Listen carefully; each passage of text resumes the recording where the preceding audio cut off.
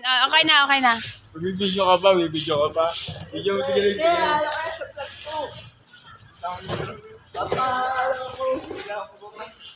Sige, sige.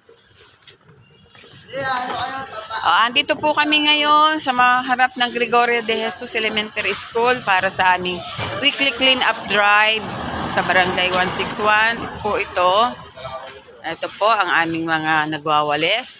Kabilang po dito, ayan po, ang aming mga tanod, si Jola, si Chris alias Kiling, si Mr. Antonio, ang aming kagawad.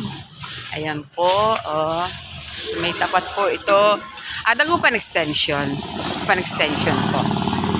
Weekly po yan yung aming ginagawang clean-up drive para sa kalinisan. At yan po mga nagiging kaganapan.